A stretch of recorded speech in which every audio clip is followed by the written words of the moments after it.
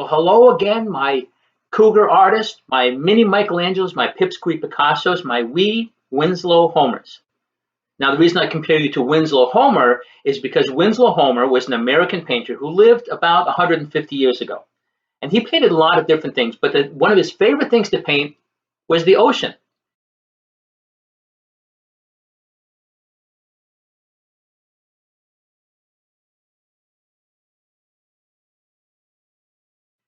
Sailboats, fishing boats, people swimming in the water, people living by the water.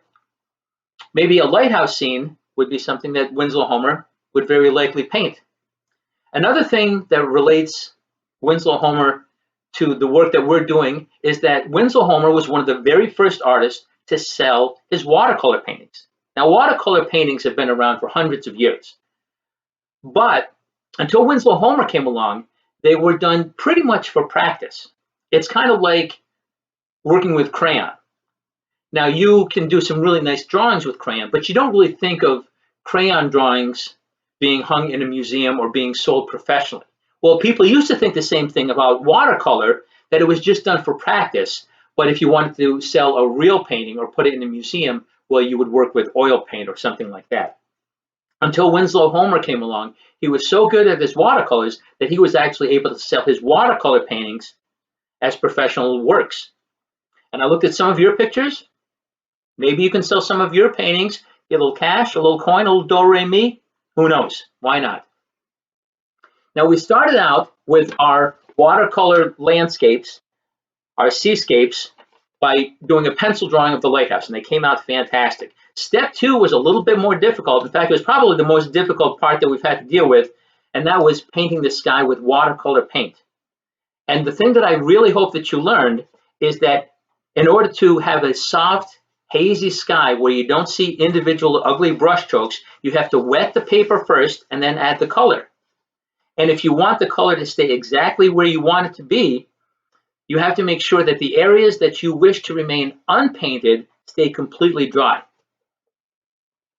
Now, even if your painting didn't turn out exactly the way that you want to, if you feel like you have a little bit better understanding of how the paper needs to be wet and where the paper needs to be dry in order to get the colors to do just what you want them to do, then it was worth it. But today we're going to complete our painting with watercolor colored pencils. It's something we haven't worked with before, and I think you guys are really going to enjoy it. So if you're ready, we'll get started with that. I'm going to start out drawing the ocean. And the most important thing to keep in mind when you're drawing the ocean is to make your lines going straight across.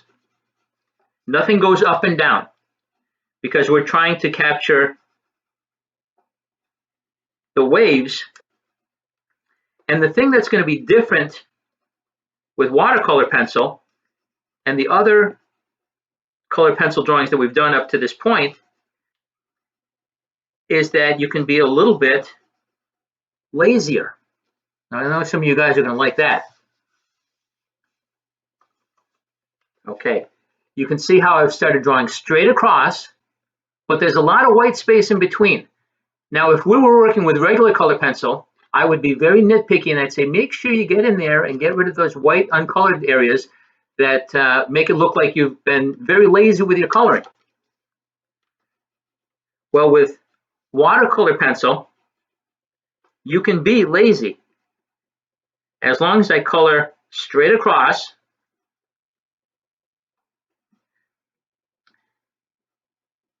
and not up and down, because these uncolored areas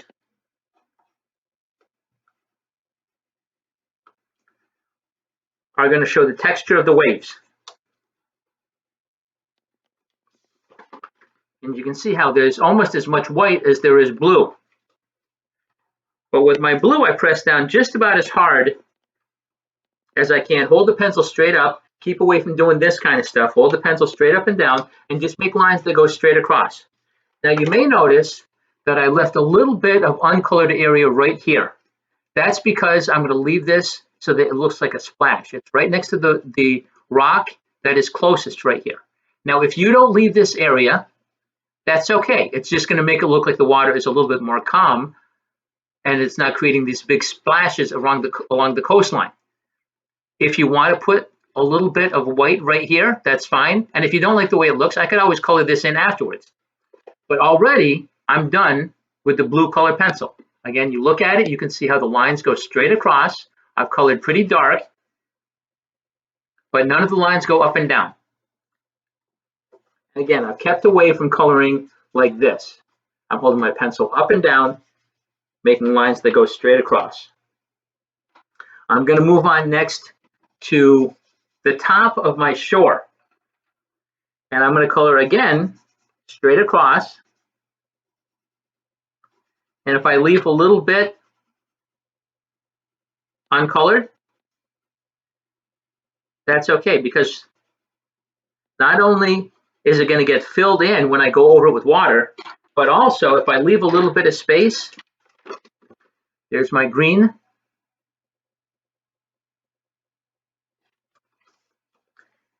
I'm going to go over the top of that with yellow, and it's going to make it a little bit more interesting to look at than it would be if I had just colored that grass with one shade of green.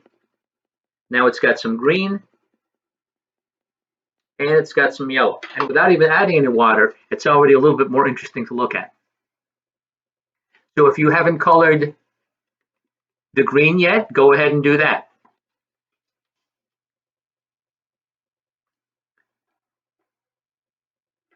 Now my shore is going to be a little bit hazy. And I'm going to do the same thing that I did with my ocean. I'm going to leave a little bit white, and I'll hold it a little bit closer so that you can see. I did it with blue, and I'm going to go over with purple just so it doesn't look like it's the same color as my sky.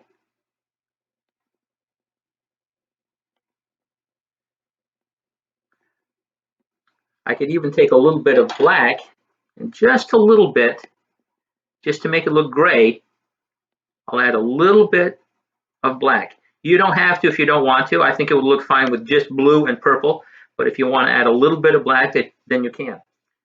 Now I'm going to show you, right before you get started, that I left a white area right behind my main rock.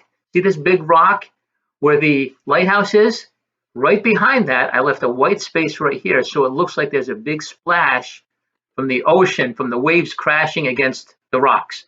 If you don't have that, that's fine. But if you want to put that, it's just a little half circle that goes from the bottom of the rock, maybe about halfway up. Everything else is colored in with blue and purple and gray. Take a minute and go ahead and color that in.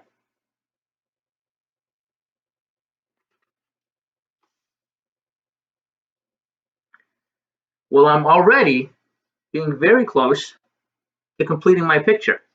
I'm going to use black, and because black is such a dominant color, I want to make sure that I don't press down very hard. If I want to make it darker, I can always go darker, but I'm not going to go all the way down to the bottom of my ocean. I'll show you just a little bit what I'm talking about. This gray rock area doesn't go all the way down to my ocean. And the reason for that is because if I leave this white, again, it's going to look like waves crashing up against the rocks here. If your picture doesn't have that, don't worry about it. I'm coloring up and down.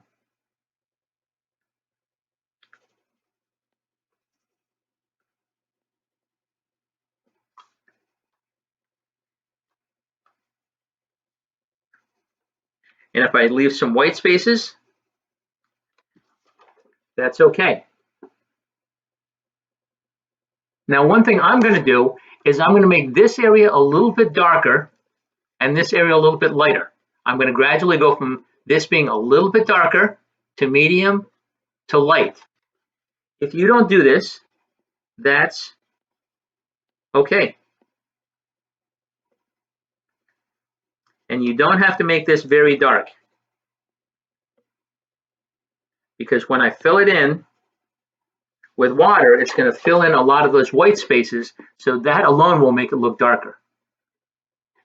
I've done this part of the rock. I have to do this one also.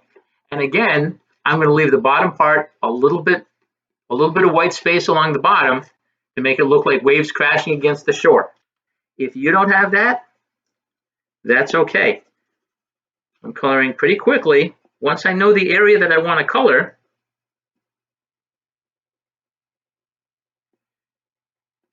then the coloring itself can be done pretty quickly.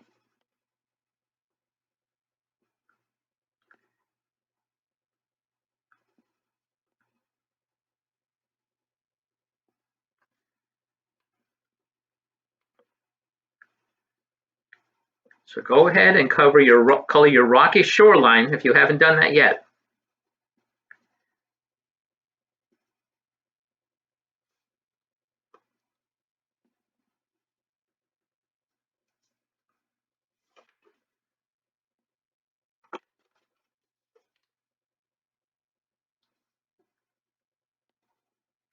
Give it a pretty good outline if you want to. I'm darkening my lines that I drew in pencil, just to give the picture a little bit more oomph. The lighthouse tower, you can use whatever colors you want. I'm going to use red and white.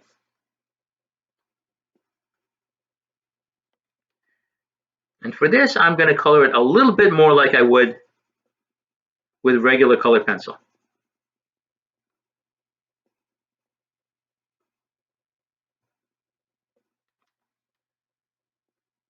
I'm going to take my time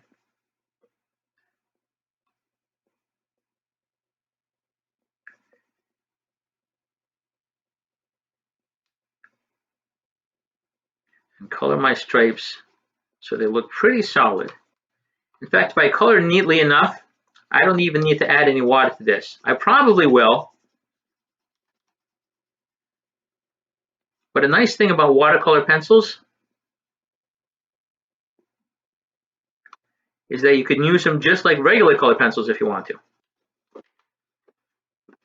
And there are the stripes on my lighthouse tower.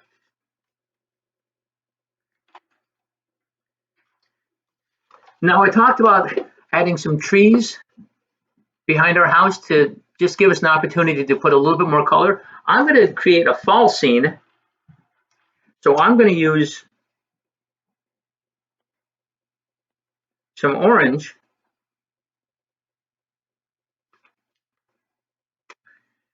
and maybe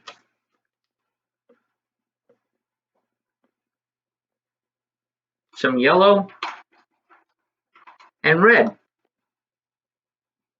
You know what fall colors look like.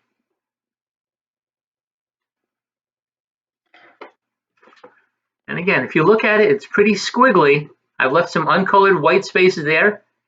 The wet paint brush is going to take care of that. I'll take a dark blue,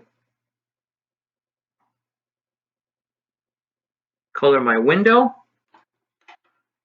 I'm going to make my door red.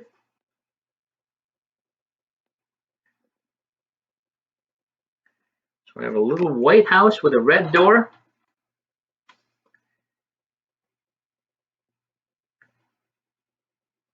I'm going to paint my roof kind of dark.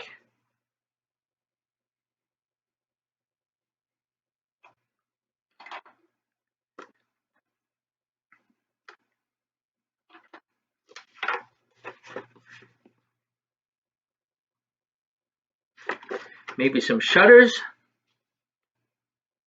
You don't have to do shutters if you don't want to.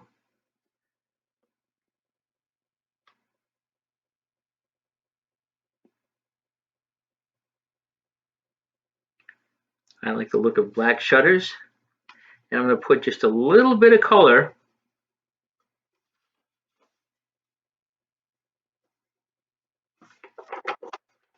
on the side of the house right here, just to show that this surface is a different angle than this surface. While I have my black out, I could also go very, very lightly up and down along the edge. Very lightly. I don't need very much color here. I just want to make it look like the tower is round. So I'm going to color this up and down. And I just went with a dark line along the edge, and then I got medium, light, very light, until it just disappeared completely. I don't need very much color there at all. And if you don't do this step, that's fine. But some people like to have a little bit more detail, a little bit more realism. So if you want to give that a try, go ahead. I'm going to make my railing just black.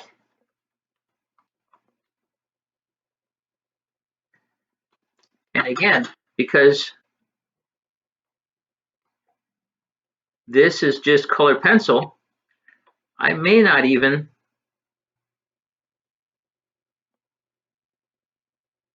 have to go over that with any water.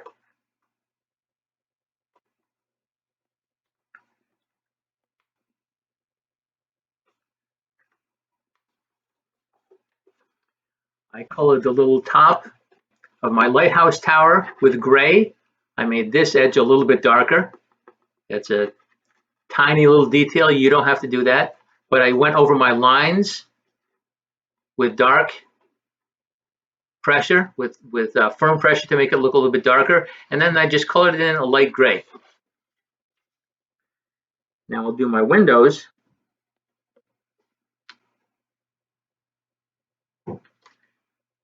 Maybe I'll put just a little hint of blue in those windows, just a little hint. So they're black and blue. Put just a little hint.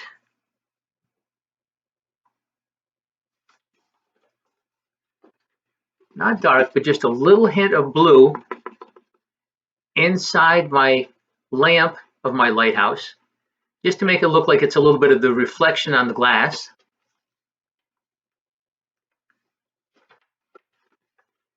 If you don't have that, that's okay. And now my chimney, put a little bit of shadow, a little combination of gray and red will give it that dull brick color. And I may not even want to go over that with water. It looks fine just as a color pencil drawing. So take a couple minutes, finish coloring your lighthouse picture with color pencil. Remember that your ocean should have lines that go straight across. Your rocks should have lines that go in the direction of your shore, so they angle down slightly. If you want to leave a little bit of white space there, you can, but you don't have to.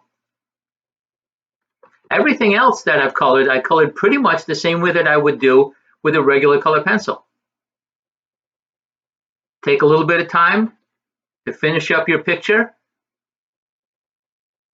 and I'll show you how to complete it with some clean water.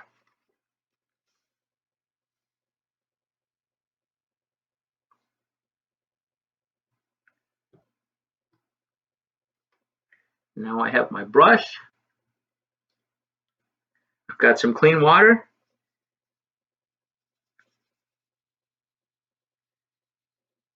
And I'm going over the lines that I painted with clean water, and you can see already how that clean water is spreading around that paint so that I get kind of the best of both worlds. I still have some of the lines to show the texture of those waves, but the water is doing a nice job of filling in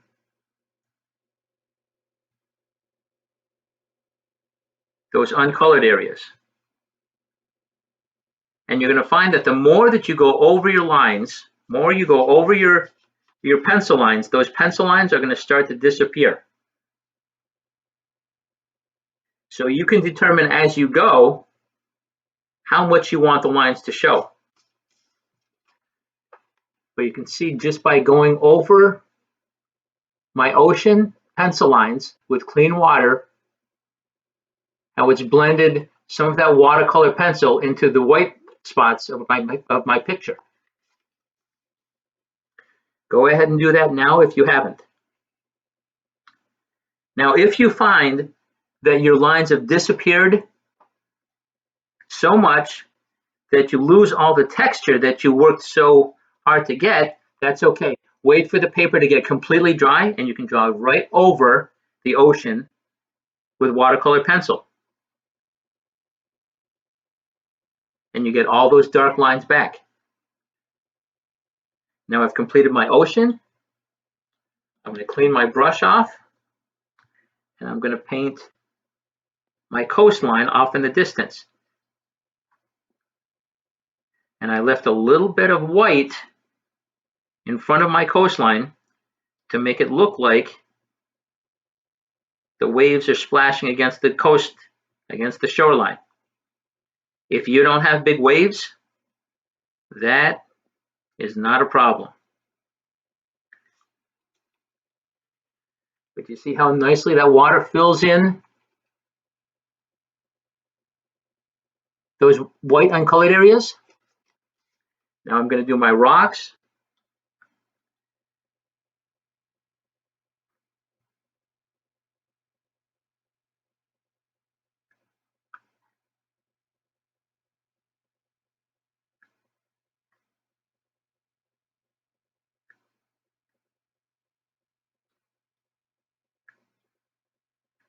If I just fill up my brush with water one time, that's probably enough.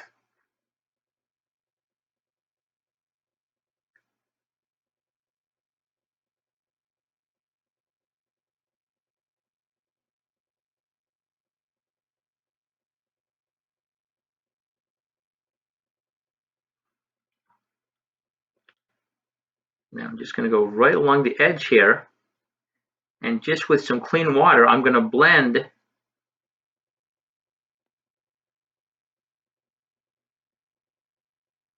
the painted area with the white area to give it a softer look.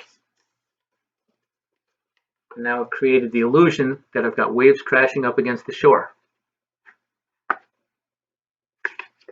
I'm going to continue the same process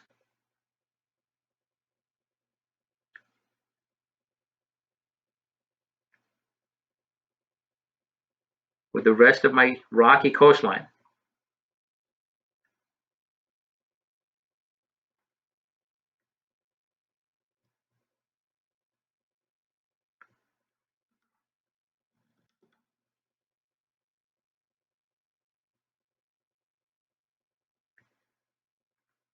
And at any time, if you feel ready to,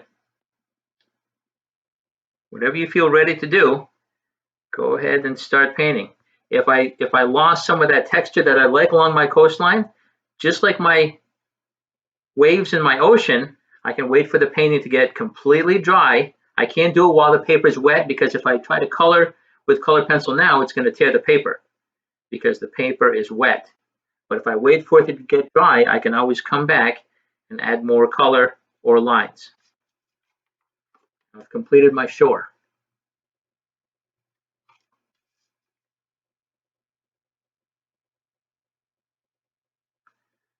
Get a little bit more water.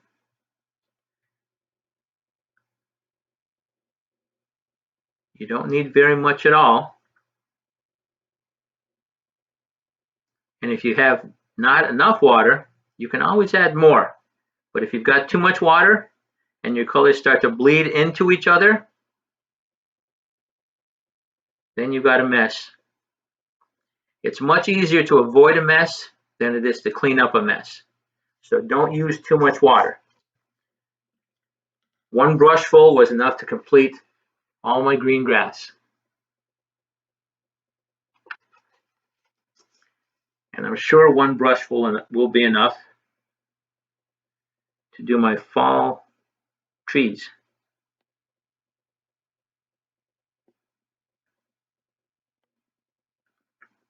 Now, the reason I did the fall scene was because, well, I like the fall, and also I've got green grass, so I figured that if I painted some orange and red,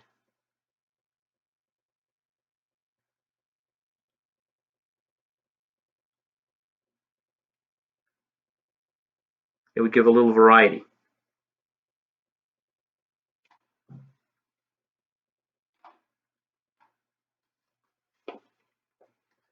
Now, at this point, I might consider my painting completely done. I might not even want to put any water on my lighthouse or my little rooftop of the living area. That's going to be completely up to you. So take a look at the way it looks now with just color pencil, and I'll show you what it looks like adding water, and you can decide for yourself which way you like better.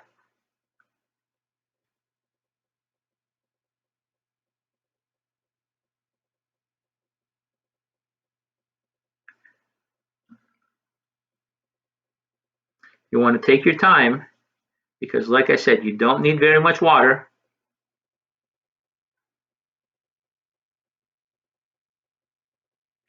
And you want to take your time and stay inside the lines.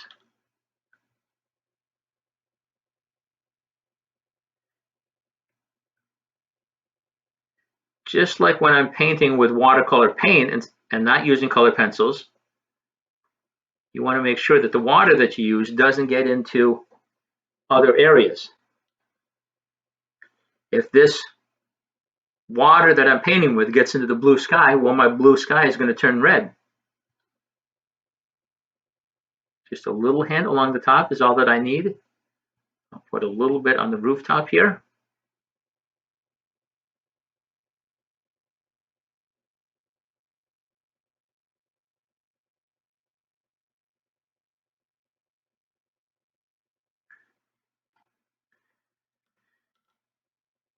And easy peasy, lemon squeezy, my lighthouse watercolor painting is all finished. So take a little time to finish your lighthouse painting, and we'll take a look at what we've created at the end of class. Well, here's my lighthouse in watercolor. How did I do? More importantly, how did you do? And more important than that, did you have fun? Did you learn anything? Because if you had fun and you learned something, then it was a successful adventure in watercolor. You're this much closer to being this generation's Winslow Homer. I hope you enjoyed working on your lighthouse picture. I hope it makes you want to do another watercolor painting, maybe experiment a little bit with the different techniques that you can achieve with watercolor. Maybe you want to work a little bit more with watercolor pencils. I hope you look forward to the next project that we work on together. But until we get together again, stay creative, stay safe, stay Cougar strong. We'll see you soon.